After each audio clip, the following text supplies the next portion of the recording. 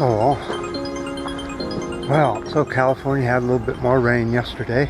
It's sort of looking like it might start raining today, though it is in the forecast to be rainy, but it is certainly warm.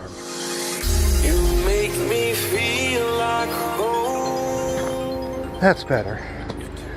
So, what are we going to talk about? How about artificial intelligence? I haven't discussed that in probably a couple of years now, and there's been a lot of change in that. It's starting to get to a point where every single job on the face of the planet pretty much will be affected by it.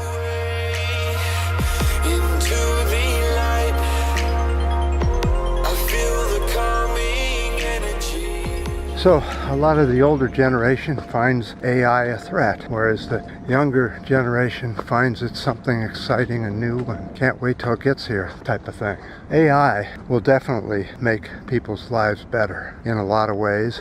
Let's take a lot of the good ideas of AI, medical. Soon doctors will find themselves no longer needed because an AI robot kind of operating room will take over where the surgeon was. A lot of the basic diagnosis will be in your own head because you'll have implants in your head and you'll have sensors all over your body that are so small your body can't even detect them, and they will tell the computer what's wrong with you and take appropriate actions to correct the problem. That's pretty cool. This will take care of about 90% of all illnesses and problems with humans within the next 15 years, according to the specialists who invent this type of thing.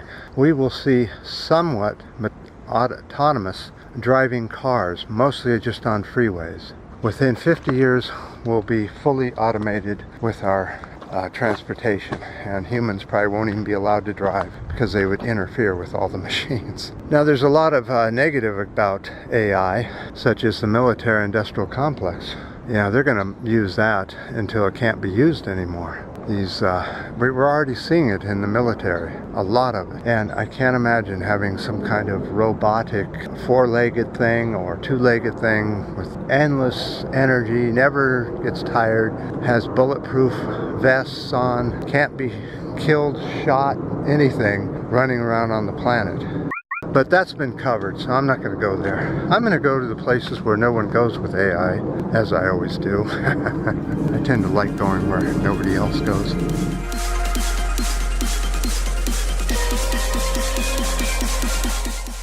Talk about jobs. In the next 5 years, you'll lose about 60% of all the jobs out there right now. You'll be gaining some. Somebody has to build the equipment and look over it. And there's still some things that humans can do better than machines.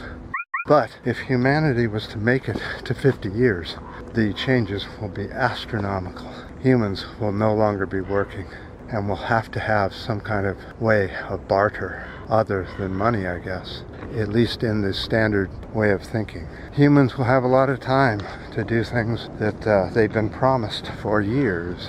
Remember when the computer age was here, we were supposed to have a really easy life. All the corporations did was piled on more work for the people that were still working. So you never really can tell about these things. These are just guesses at best. What about the prison industry? See, this is the problem with AI, is it's subject to money, and money can really mess things up. So how do you make more money on the prison industrial complex? Get rid of people. So will there be a soon future where prisoners will never even see another human? Everything will be automated, their food, their water, their toilet, their cleaning. They'll hardly ever leave the cell, and they'll live out their prison sentence without even a single human? Not too good. That's one of the bad side of AI. If you happen to be hospitalized, that would be the same thing. A lot of the hospitalization is now becoming automated in the very beginning here. But in 10 to 15 years, you may be lucky if you see a human when you go into a hospital. Again, we'll trim out all the unneeded waste in the corporation at all cost, which means the elimination of all humans. Not the elimination as in dead, but as in their jobs. Don't think the corporates are not out of this either. Soon there will no longer need to be a CEO or any other kind of hierarchy because it will be about AI, and the artificial machines will be doing all the work. all the time.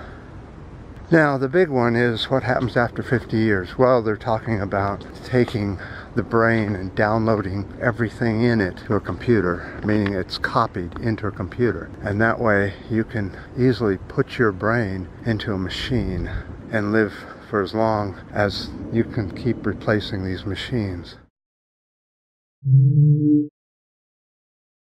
Now, there's kind of an interesting thought here. They say that this might be a way to avoid death. Once the body dies and the original brain dies, you live on in a machine. The question is, how do you transfer all your life that you feel into that machine and actually feel as if you're the same thing you were before, instead of just being a copy of the original? This gets confusing, people. What's your thoughts on AI? Do you think it's a road we're going to go down regardless?